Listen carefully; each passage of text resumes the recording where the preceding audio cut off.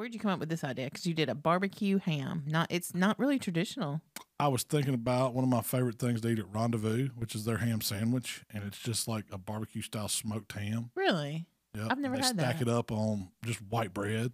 I mean, it's just, they don't have like cheese or lettuce or nothing like that. It's just smoked ham. I don't know if they give you some mayonnaise, but no, I think you do use their barbecue sauce, and it's really good. So I was like, you know what? I got to, Easter's coming up. I know, everybody's hams are everywhere. ham. I mean, everybody can cook the old standard ham. Let's do a barbecue ham. And so I used like some Dijon mustard. Dijon to me goes really good on ham. I like a ham sandwich with Dijon mustard. And so I'd use that on the outside as a binder, some barbecue rub so it would kind of caramelize and give it some color. And then it looked beautiful. Oh yeah, it was pretty. It was real pretty. And then the glaze, I said, I'm just, it comes with the old glaze pack, but I usually don't use those. I usually end up tossing them. They just put some weird seasonings in there that's like too much all spice and it's almost like pumpkin pie, apple pie spice stuff in there. And I'm like, I don't want that on my ham every time. I mean, it's okay sometimes, but I just like brown sugar, honey, and then usually I thin it down with a juice or something. And I said, this time I'm doing barbecue ham, I'm grab my vinegar sauce. So it had that vinegar spicy element with a little sweet to it, mixed with the brown sugar and the honey. It made an awesome glaze. And I just coated the outside with it and let it tack up. I mean, if you can't cook one of those, something's wrong with you. Yeah. Because they are easy. You cannot mess it up. And just give yourself 3 hours, 2.5 hours, then glaze it for 30 minutes. And you can run it at 250, you can run it at 275, you can run it at 350, whatever you want. Just know it ain't going to take long because it's already cooked. You're not guessing on some temperatures. It's fully cooked. You're just trying to get some extra smoke on it. Just don't overcook it, really. Yeah, if you overcook it, it'll dry it out. Yeah. But see, the way I like cooking them is where the big end of the ham, I guess where the first slices are, is down. That way gravity holds all of them tight.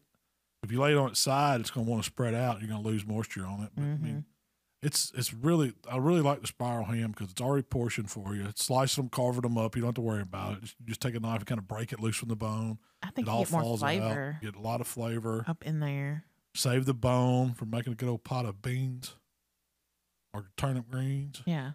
I've never really liked like ham like that, like holiday hams. I always hated it when I was a kid growing up.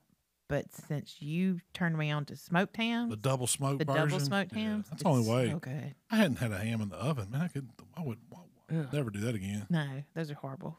Now I did boil one around. What was that? New Year's. New Year's, yeah. I did boiled ham. I need to do a recipe on that because it was fine.